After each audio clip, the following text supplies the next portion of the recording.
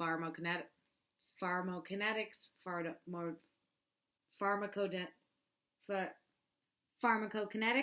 Pharmacodynamics. I'm Stina. This is the first video I've ever made of my whole life. I thought about maybe drawing something, but I just thought that would just not be good. I'm going to try and visually describe this to you using my hands because I'm Italian. We're big gesturers. It's just what we do. So hopefully that's visual enough and I can explain things in that way and make it all make sense. Project from the diaphragm. Here we go.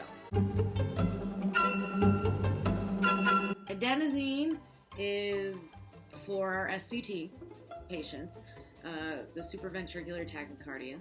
And what we ultimately want to do is slow the action potential through the SA node to slow the heart rate down because the heart's going too fast, working too fast. Adenosine is going to bind to its receptor site. It's this naturally occurring nucleoside, so it's already in the body, but when we put more and more in, fast push, and it's going to set off this chain of events. Inhibitory protein gets released, which activates adenylene cyclase, and what this is going to do is it's going to inhibit the flow of calcium into the cell, potassium out of the cell, and hyperpolarize the SA node. So that is what's going to slow nodal conduction, slow the heart rate. It seems super unpleasant. The whole thing doesn't look fun at all.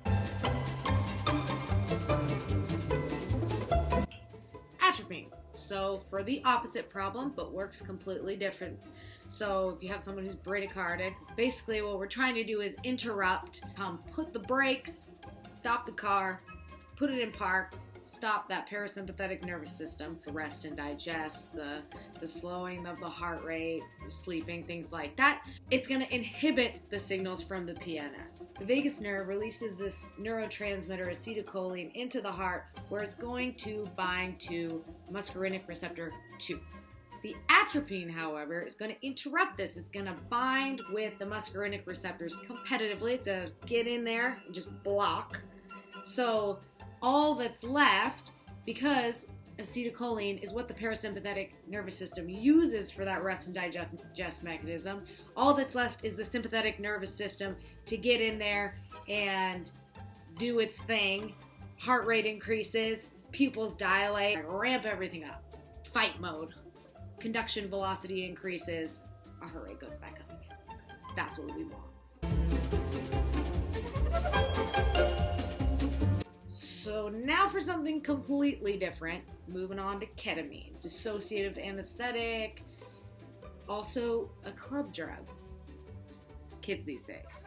Ketamine is going to block the NMDA receptor. So this has to do with the neurons. So normally you're going to have an action potential traveling down the presynaptic neuron to the synaptic gap where the glutamate will bind to the AMPA receptor, which causes the channel to open and then sodium to flow into the postsynaptic neuron. Now usually the high sodium concentration of the postsynaptic neuron is going to cause the NMDA channel to open up as well. But what ketamine does is it comes in there, it corks it, plants, the glutamate cannot bind, and then it's that increase in glutamate that causes the effects in the body of psychosis and the dissociative, the characteristics of the drug to happen. A lot of fun, right? Just a good old-fashioned dissociative anesthetic party.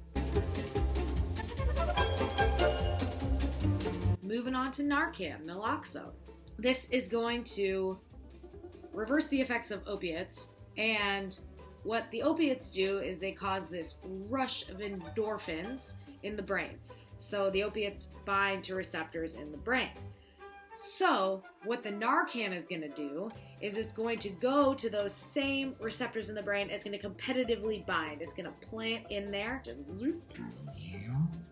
and that's going to kick out the opioids and reverse the effect. Oxygen. We know it. We love it. It's good stuff. Use it all the time. All the time. Literally all the time. So dumb. Oxygen molecules going to go in through your nose, through your mouth, down your trachea, into the bronchi, into the right or left lung, where it's diffused across the alveoli. From there, it enters the bloodstream, and the oxygen is going to be carried by hemoglobin in the red blood cells throughout the body to oxygenate the tissues. Grand dance of life continues.